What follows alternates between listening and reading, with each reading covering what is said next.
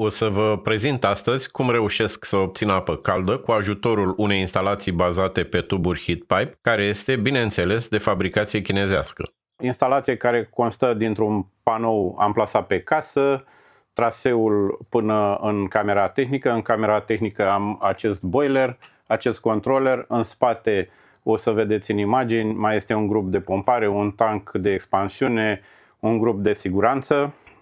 Haideți să începem cu panoul de pe casă. De ce am ales sistemul heatpipe? Pentru că este promovat ca fiind cel mai eficient sistem de colectare a energiei solare pentru producerea apei calde menajere.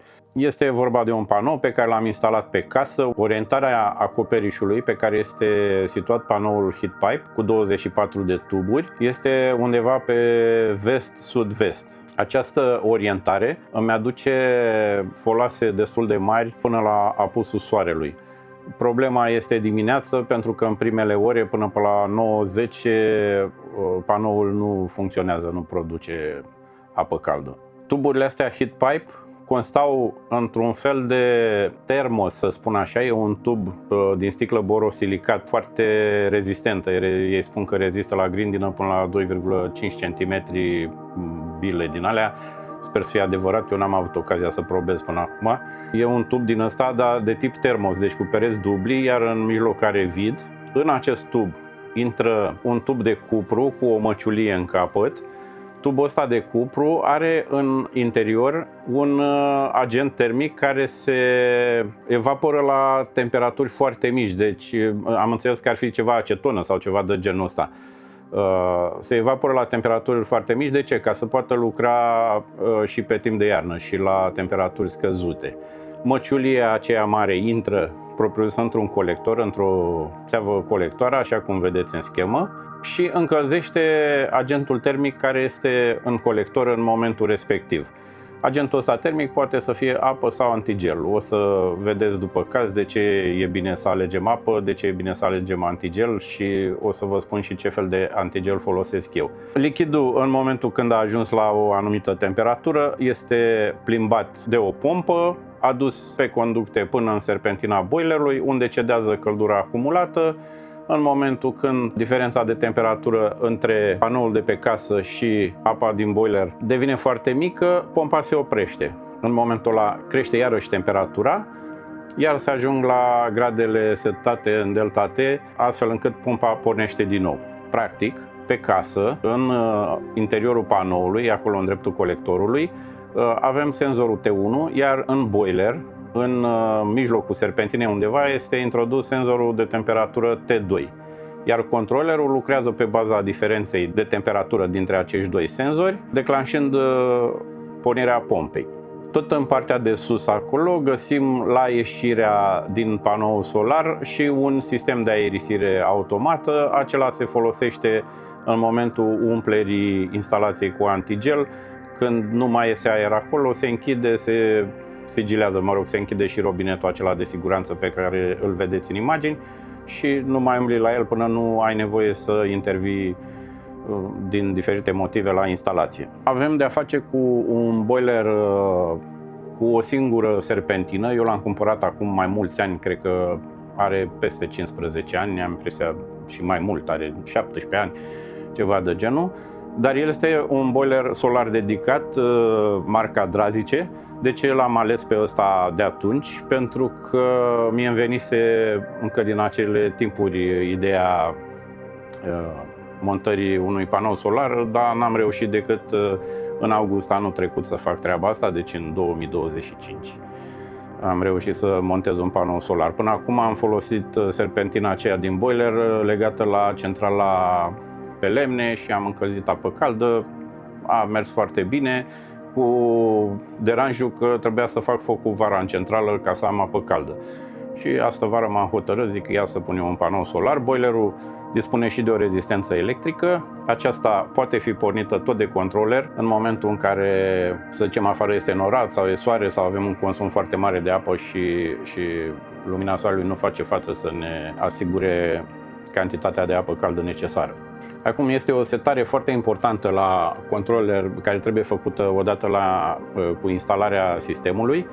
Privind diferența de temperatură dintre senzorul T1 și T2, dacă pui o diferență prea mare de temperatură, va porni rar pompa, se va încinge foarte tare apa din tuburi, va transfera, probabil nu va reuși să transfere integral căldura acumulată. În manual scrie că vine această delta T, această diferență de temperatură este undeva la 4 grade, 6 grade Celsius.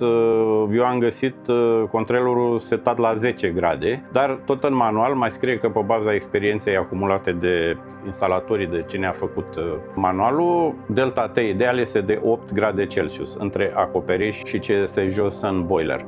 Bineînțeles, boilerul mai are și alți senzori T3, T4 care pot fi folosiți pentru funcții auxiliare, o să vi le prezint pe parcurs, dar existența senzorilor T1 și T2 este obligatorie, fără ei nu poate funcționa instalația. De altfel, mie mi s-a livrat în kit, mi s-au livrat chiar 3 senzori, adică și T1, și T2 și T3, pe care l-am montat și eu să vă explic la ce folosește în momentul când o să-i vină rândul.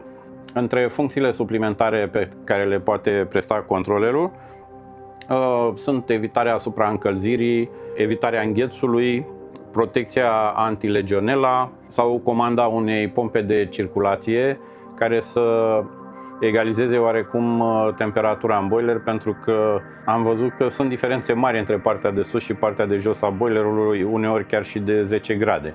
Eu nu am această pompă de circulație, în schimb m-a interesat foarte mult protecția împotriva supraîncălzirii. De ce am ales acest boiler? Din cauza caracteristicilor serpentinei sale, în primul rând. Am văzut că pentru 200 de litri cât am eu boilerul și am considerat că mi este suficient pentru gospodărie, ai nevoie de o serpentină de 1,2 metri pătrați desfășurată. Deci, practic, serpentina e un cilindru în interiorul boilerului care cedează căldură.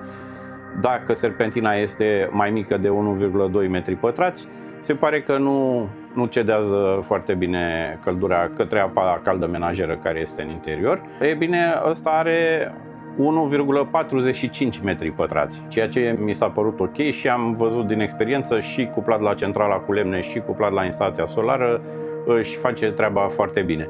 În afară de asta, nu e un boiler de inox, într-adevăr e un boiler de oțel cu email. L-am desfăcut anul trecut să-l curăț, are o gură de vizitare, e în stare foarte bună, deși are, v-am spus, peste 15 ani de când îl folosesc.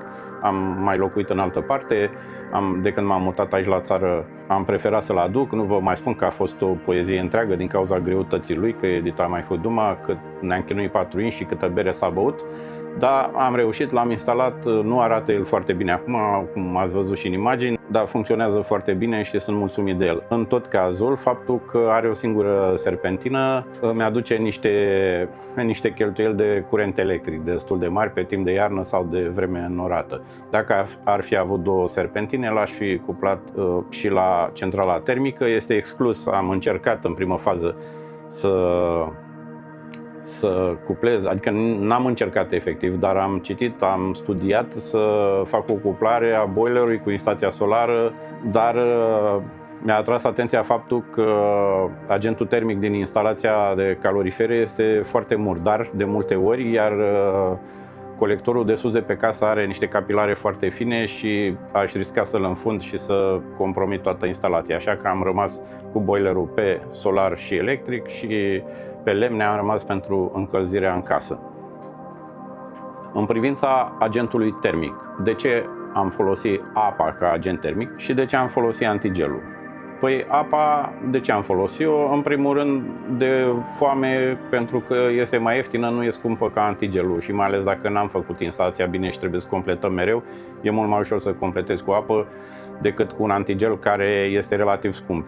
Un alt motiv este acela că apa, plimbându-se prin serpentina din interiorul boilerului, în cazul unei avarii, unei fisurări a acelei serpentine, ar putea intra în contact cu apa caldă menajeră, pe care noi o folosim să facem duș, să spălăm vasele. În cazul în care este apă în serpentină, nu avem niciun risc. Când este antigel, există riscul de otrăvire. Toată lumea știe că antigelul este otrăvitor. Ce dezavantaje avem dacă folosim apa? În primul rând, punctul de evaporare al apei undeva la 90-100 de grade Celsius. Bine, la o presiune mai ridicată, punctul de evaporare mai crește și el, se duce maxim spre 110 grade. Iar pe timp de iarnă există riscul de îngheț.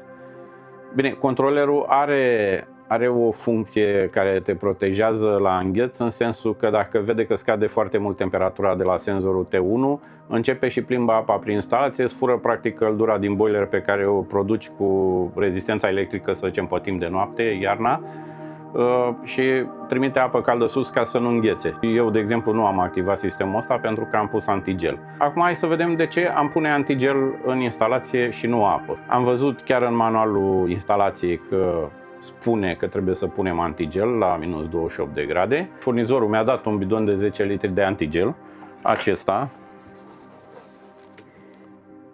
O să vă dau și eticheta mai de aproape. El este un antigel solar gata preparat, AS minus 28 de grade Celsius și este formulat pe bază de mix de glicol cu adaos de stabilizator pentru pH și inhibitori de coroziune organici. Temperaturile ridicate de până la 130 de grade Celsius la care poate fi folosit îl recomandă în aplicații precum panouri solare, centrale termice și echipamente pentru prepararea apă caldă de consum. Ce să reținem noi? Că este formulat pe baza unui mix de glicoli.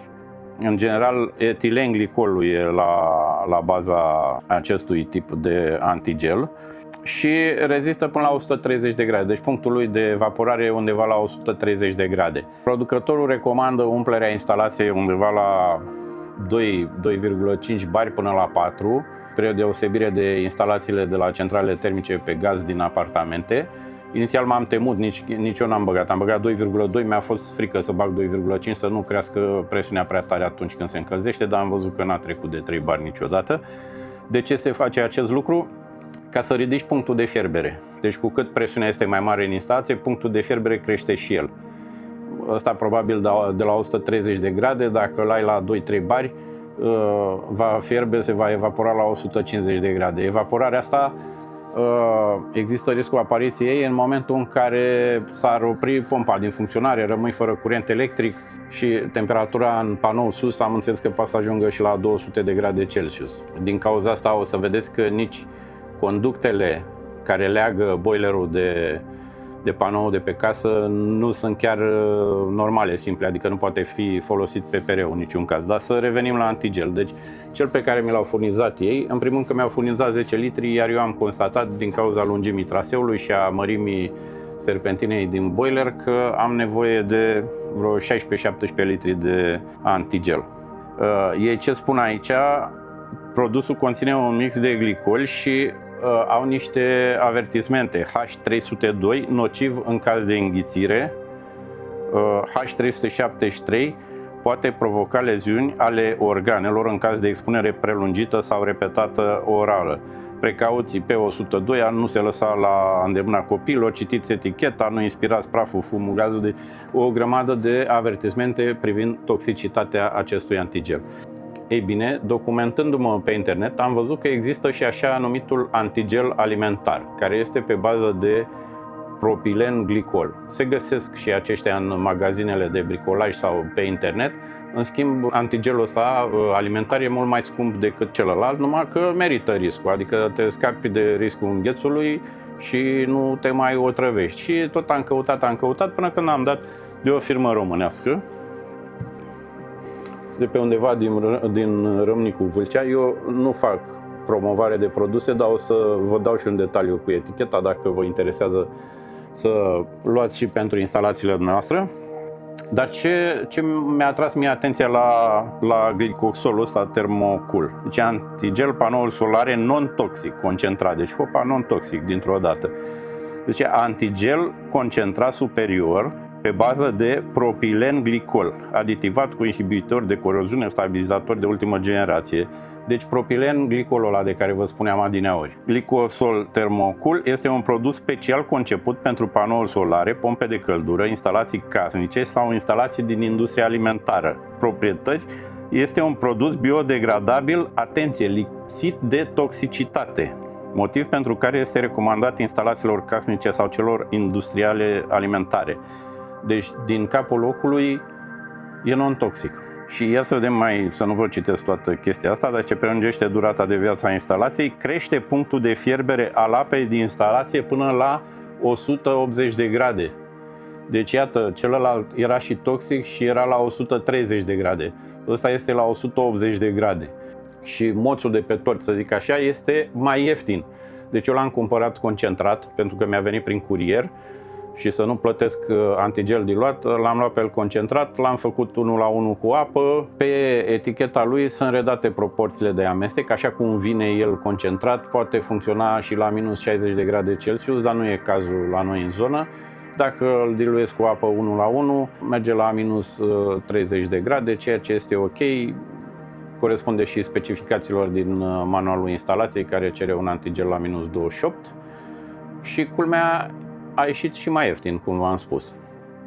L-am cumpărat concentrat, apa distilată se găsește peste tot, l-am diluat, l-am preparat și după aceea, gata preparat, se introduce în instalație. Deci nu introduceți antigel și după aceea apă să se amestece acolo. În primul rând că nici nu știi cât ai nevoie exact, sau cel puțin la prima utilizare nu am știut exact cât antigel îmi trebuie, dar eram sigur după calculele mele că 20 de litri mi-ajung și într-adevăr așa a fost. Mi-au rămas vreo 3-4 litri de rezervă. Haideți să ne uităm acum în spatele boilerului să vedem ce avem acolo. Avem conductele care intră în boiler. Am și aici un sistem de aerisire suplimentar pe care l-am văzut montat la alții care au asemenea instalații. Mie nu mi s-a părut necesar, dar zic hai să-l pun și eu, că cine știe, poate e cazul să-l folosesc. N-a fost cazul până acum. E mai ușor de accesat decât cel de pe casă, dar cel de pe casă este într-un punct foarte înalt, pe când cel de aici e greu de crezut că o să ajungă aerul să iasă pe partea de jos. Totuși l-am montat și eu.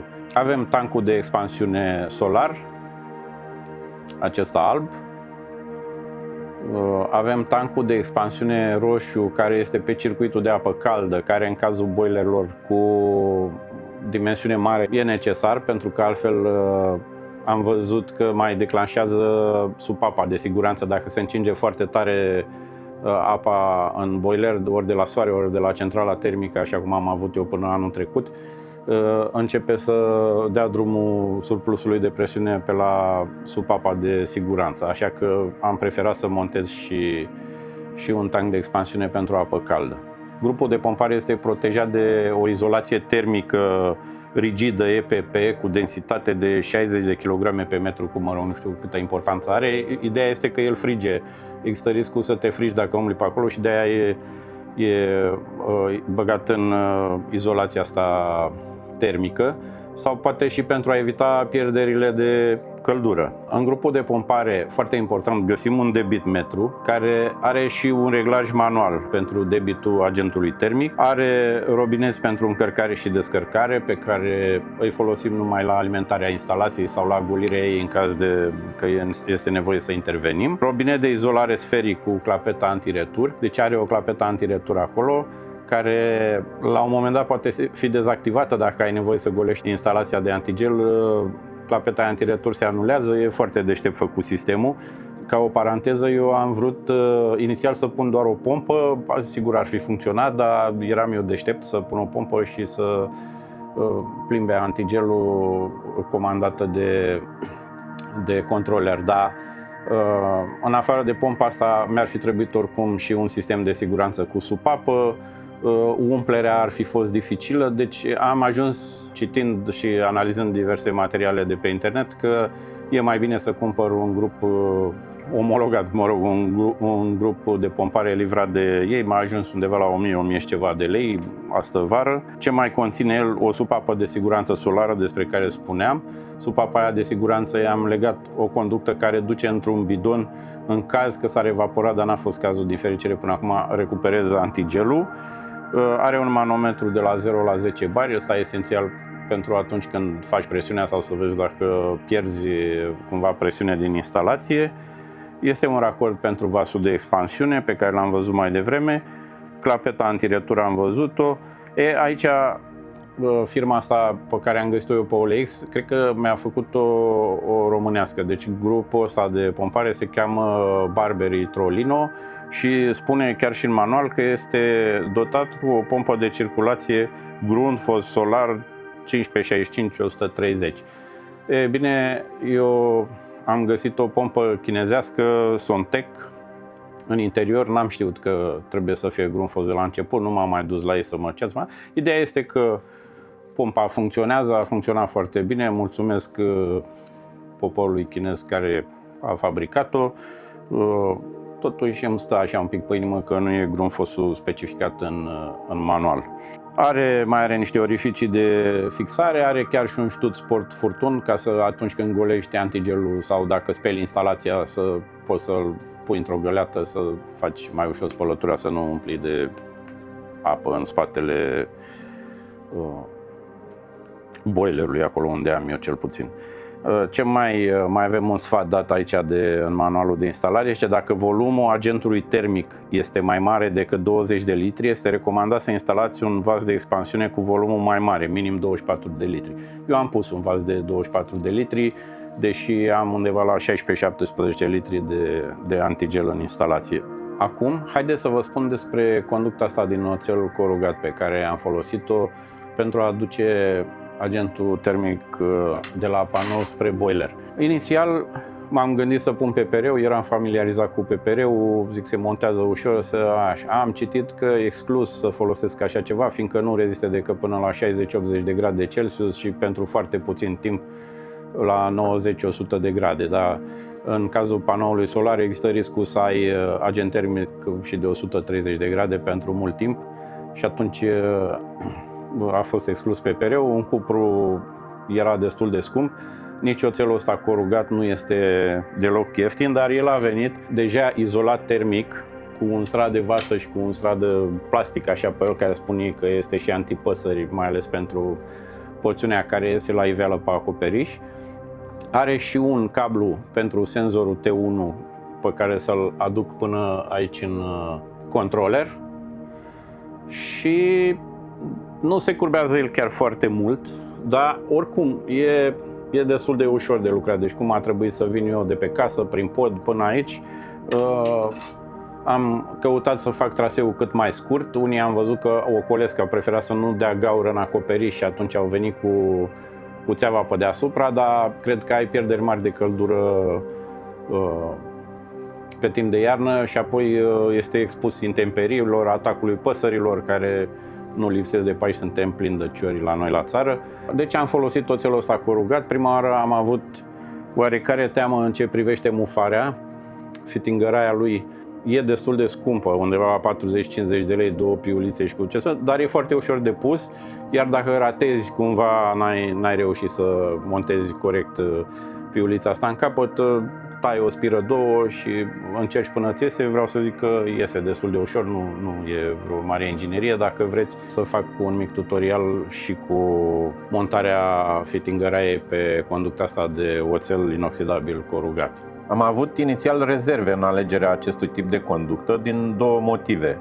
Primul ar fi prețul conductei în sine și al accesorilor. Apoi, e vorba de discuția cu un alt posesor de panou solar mai experimentat decât mine, care m-a avertizat că striațiile de pe conductă ar putea frâna oarecum circulația agentului termic și s-ar putea să nu obțin debitul necesar.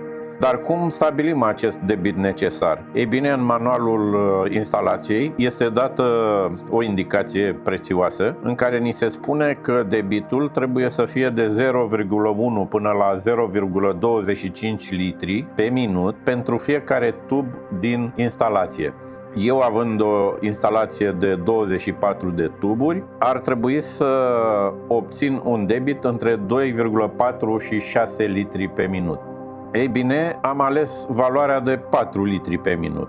Ce să vezi, în momentul când am pus pompa pe cea mai mică treaptă, am obținut un debit de circa 7-8 litri pe minut, deci puțin mai mare decât aveam eu nevoie. Am micșorat acest debit cu ajutorul regulatorului de debit din cadrul grupului de pompare, până am ajuns la valoarea de 4 litri pe care am stabilit-o. Deci, Conducta din oțel corugat s-a dovedit a fi soluția câștigătoare, cu atât mai mult cu cât a venit izolată termic, protejată la intemperii și la atacul păsărilor.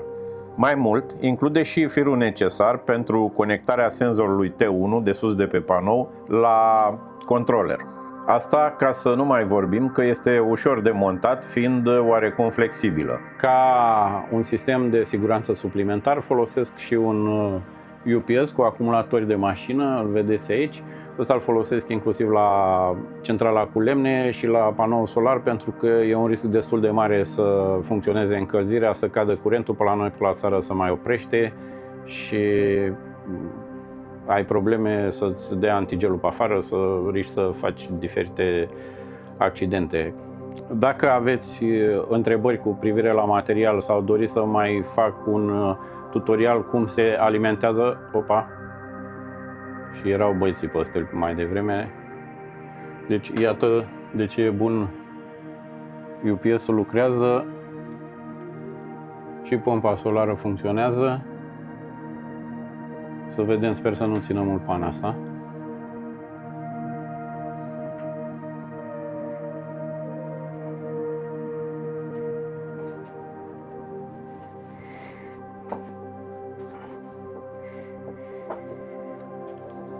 Haideți să tragem niște concluzii după materialul prezentat astăzi. Ce am învățat? Am învățat despre alegerea boilerului. Aceasta se face în funcție de numărul de membri din familie și de dimensiunea serpentinei interioare. În tot cazul, eu am considerat util un boiler de 200 de litri pentru 2-4 persoane în mod curent. Deși pare că am ales un boiler ușor supradimensionat, eu am avut în vedere faptul că în mare parte din an încălzirea este totuși lentă. În tot cazul, cele mai întâlnite dimensiuni de boilere solare sunt cele de 200 și 300 de litri. Cele mai mici cred că sunt recomandate doar celor care folosesc foarte puțină apă caldă menajeră. 2. Am învățat despre stabilirea numărului de tuburi, care se face respectând regula de un tub heat pipe pentru fiecare 8 litri de apă din boiler. Sunt și firme care spun că un tub ar fi capabil să încălzească 10 litri de apă, dar eu prefer să merg pe soluția mai sigură. Deci, practic, am optat pentru 24 de tuburi la boilerul meu de 200 de litri. Am mai învățat despre poziționarea panoului pe direcția sud-sud-vest, care este soluția optimă. Despre înclinarea panoului, care în mod ideal ar fi de 45-50 de grade, atât pentru a recepta optim razele soarelui, cât și pentru a diminua riscul de impact în caz de grindină. Totuși, unghiul de înclinare acceptabil este cuprins între 15 și 75 de grade. Deci nu este o nenorocire dacă nu reușim să ne ridicăm la înălțimea de 45-50 de grade. Totuși, este exclusă montarea la un unghi mai mic de 15 grade, fiindcă tuburile heat pipe nu ar mai putea funcționa. Am mai învățat despre debitul recomandat al agentului termic în instalație, care se stabilește după regula 0,1025 litri pe minut pentru un tub de sticlă. În cazul meu, la 24 de tuburi, debitul trebuie să fie undeva între 2,5 și 6 litri pe minut. Eu am setat 4 litri cu ajutorul regulatorului de debit din grupul de pompare și instalația a funcționat foarte bine atât pe timp de vară cât și pe timp de iarnă. Am mai învățat despre agentul termic utilizat în instalație, care poate fi și apă, dar recomandarea oficială este de a se folosi antigel preparat la minus 28 de grade Celsius. Am făcut o comparație în materialul prezentat și am arătat de ce este preferabil să utilizăm antigelul alimentar. Am mai învățat și faptul că diferența de temperatură între panou colector și boiler, delta T1-T2, este bine să fie setată la 8 grade Celsius în controller. Asta în cazul în care distanța dintre panou și boiler este mai mică de 20 de metri. Dacă traseul este mai lung, delta T se poate mări, de exemplu, la 10 grade Celsius sau se fac teste la fața locului. Închei materialul acesta rugându-vă să apăsați like, subscribe dacă v-a plăcut, să-mi adresați întrebări în comentarii, să-mi spuneți dacă vă interesează să fac un mic tutorial și despre cum se mufează țeava asta corugată sau cum se umple instalația cu antigel, ori să-mi adresați alte întrebări. Vă mulțumesc pentru timpul acordat, toate bune!